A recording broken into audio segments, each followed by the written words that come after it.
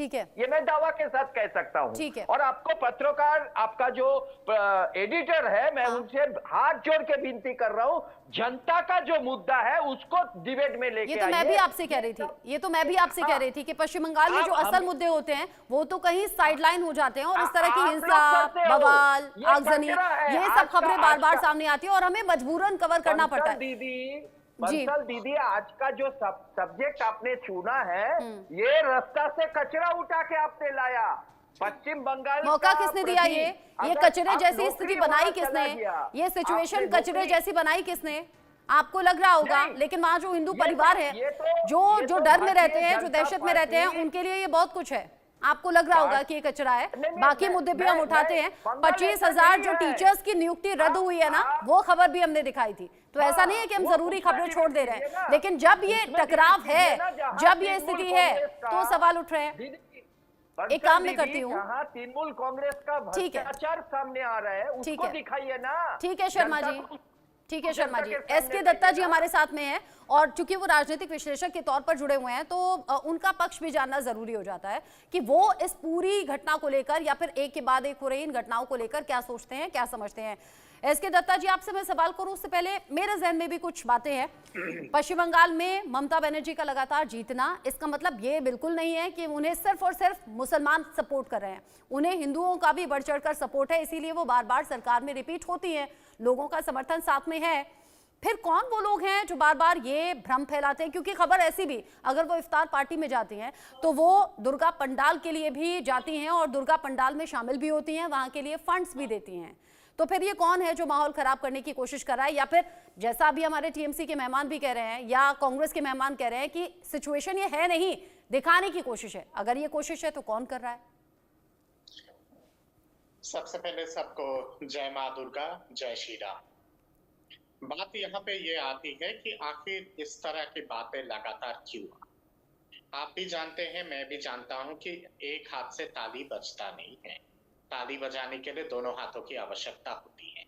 अगर तृणमूल कांग्रेस अगर एक नैरेटिव चलाती है तो भारतीय जनता पार्टी का भी अपना एक नैरेटिव है और उस नैरेटिव का, दोनों नैरेटिव के बीच में टकराव होने के बाद फिर माहौल खराब होता है। पर इसके साथ साथ ये भी जानने की बहुत आवश्यकता है कि आखिर बार बार कोर्टों को क्यों हस्तक्षेप करना पड़ता है हर मुद्दे को लेके। आप 2 दिन पहले ही आपने देखा होगा, उच्चतम न्यायालय का, सुप्रीम कोर्ट का महत्वपूर्ण निर्णय आया है।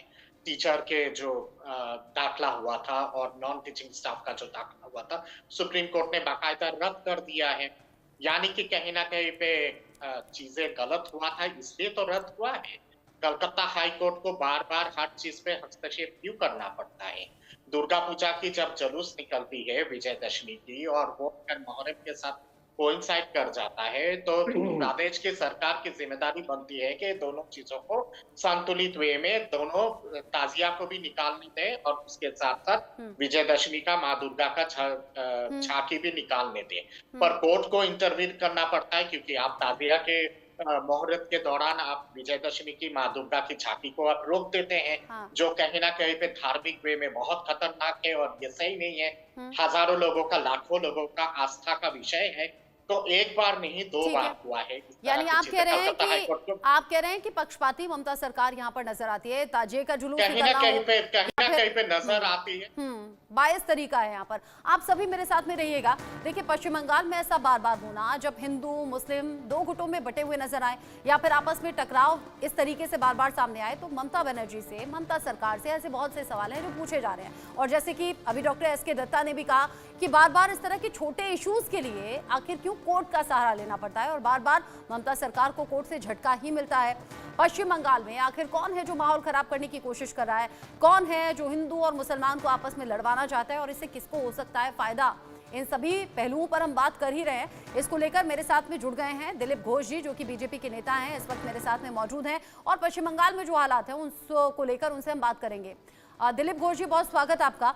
रामनवमी को लेकर पश्चिम बंगाल सरकार को बड़ा झटका लग गया है। कोलकाता में जिस तरीके के हालात हैं, कलकत्ता हाईकोर्ट ने ये परमिशन दे दी है अंजनी पुत्र सेना को कि आप अपनी शोभा यात्रा निकाल सकते हैं। पुलिस ने परमिशन देने से इनकार कर दिया था। ये सब क्यों हो रहा है? ममता क्यों बार बार ऐसे फैसले करती हैं, या फिर ममता की पुलिस? देखिए, प्रशासन को कैंसिल करना पुलिस का काम नहीं है। प्रशासन को सुरक्षा देना और त्यौहार में कोई व्यवधान ना आए, इस प्रकार कोई डिस्टर्बेंस ना हो, इसीलिए पुलिस का ये काम उसको देखना चाहिए, शांतिपूर्वक हो। लेकिन यहाँ वेस्ट बंगाल गवर्नमेंट ने बार बार हिंदू त्यौहार को डिस्टर्ब करने के लिए पुलिस के द्वारा लोगों को डराना, पार्टी के नेता मंत्री मुख्यमंत्री की तरफ से थ्रेट करना और जानबूझ करके हिंदू सामने ना आए, और उसके ऊपर जिला में जानबूझ करके जो एंटी सोशल उनके द्वारा झमेला करके पहले एक हिंसक वातावरण बना करके हिंदू त्यौहार को बैन करने की साजिश